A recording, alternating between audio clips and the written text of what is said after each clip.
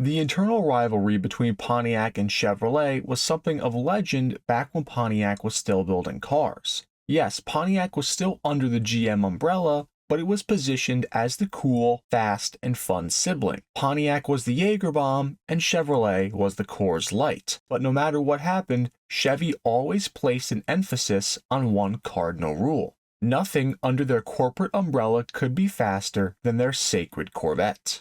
And while Pontiac, who were the fathers of the muscle car, never really liked that rule, and they always tried to push the envelope with their Trans Ams. And in 1991, with the end of the third-gen platform on the horizon, Pontiac commissioned a special limited production Firebird to dethrone the Corvette that had all the works done to it. We're talking about a crazy built V8, a very stout suspension setup, and a peak horsepower figure that rivaled even the mighty ZR1. And that car was the Pontiac Firehawk.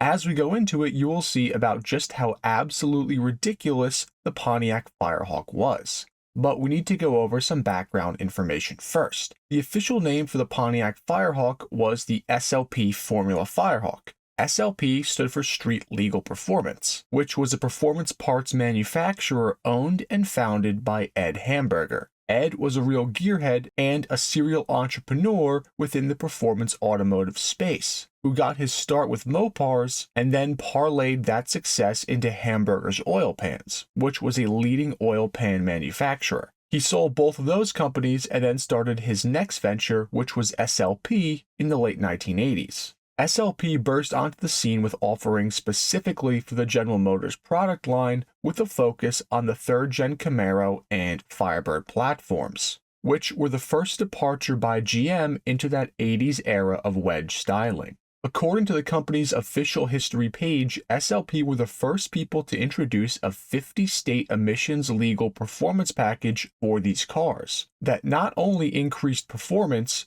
but also improved overall fuel economy. This was no easy feat, and with the late 80s, a stock V8 Firebird was barely making over 200 horsepower, so any performance increase was very much welcome. This SLP package happened to include a full exhaust with headers, a revised intake system, and a remapped tune, which resulted in a monstrous 50 horsepower gain over stock. These were serious power gains, and clearly with this being 50 state legal, SLP got everybody's attention, even Pontiac's.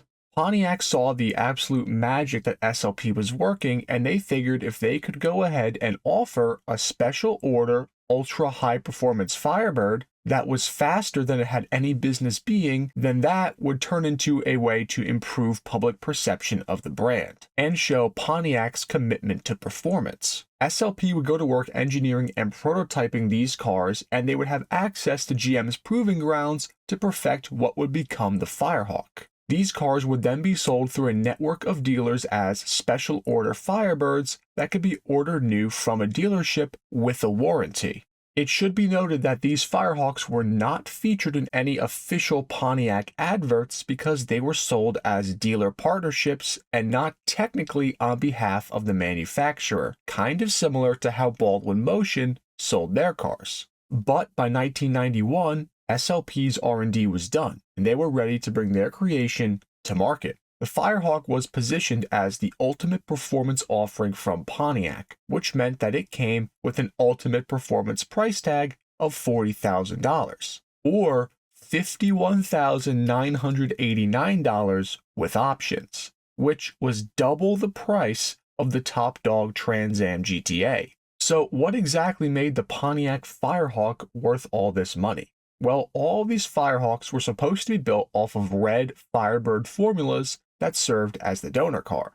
But all that extra money that you were spending went into an extensively overhauled drivetrain. The 350 cubic inch GM L98 small block was still used as the base for the Firehawk, although it received a new set of ported heads, lightweight pistons, a forged crank, new connecting rods, a new intake, and a full free-flowing exhaust system. All of this internal engine work paid off in dividends. Stock L98 would have made probably around 235 horsepower.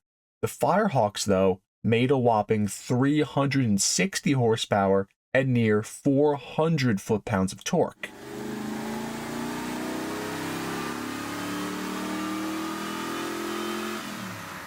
And the Firehawk's performance goodies didn't stop there.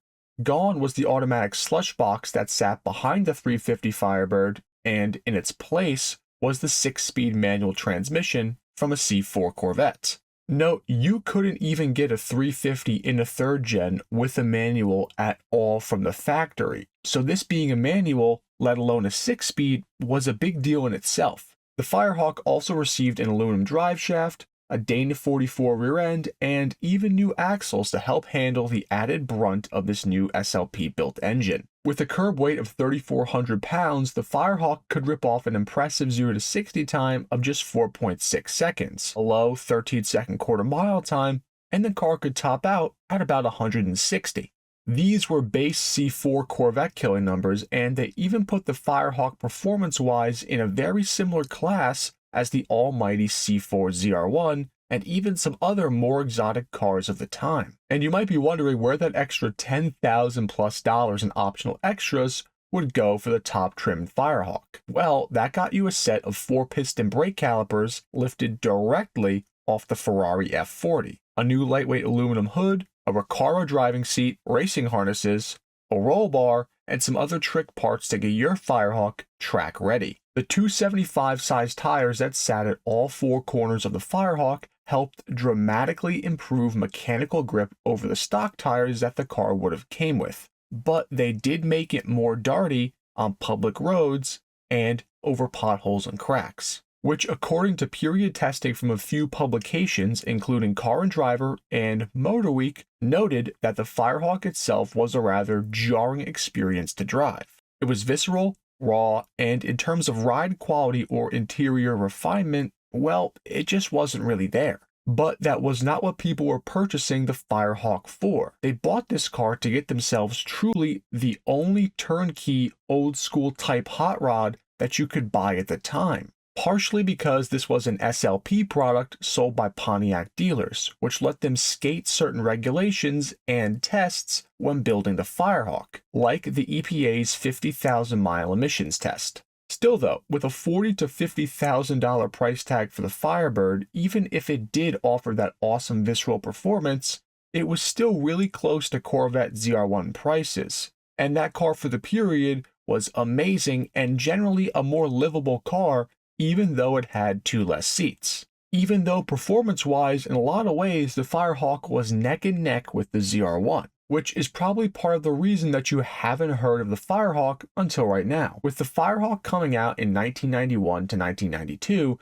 this is around the time that the 3rd gen platform was also showing its age. Everyone knew underneath that these were still the same core car as the earliest 1982 Firebirds were, just with some upgrades, and no matter what happened, that would still translate to poor sales throughout the entire Firebird range. People were losing the spark for the 3rd gen platform, so a super expensive version of it, while it was still fast, was just an aging platform for a lot of people. Plus, the ZR1 Corvette was setting the world on fire at this point, and it definitely attracted more attention and purchases, mainly due to its availability as a GM-specific product and not just a dealer special order. There was just more marketing behind the ZR1. And by the time the 4th gen Firebird was introduced in 1993, just about 25 or so SLP Firehawks were built on the 3rd gen platform, which makes them incredibly rare. There were initial plans for SLP to build 250 cars, but that just never came to fruition. All of the Firehawks were supposed to be painted in bright red, but it turns out a handful of the 25 cars got different colors, with one of them even being green. And while for a lot of people the 3rd gen Firebirds are like the red-headed stepchild of the Firebird line, I happen to love the lines of the 3rd gens in particular. Values for clean 3rd gens across the board are rapidly climbing, and with so few comparable sales out there, it's hard to gauge what the value of a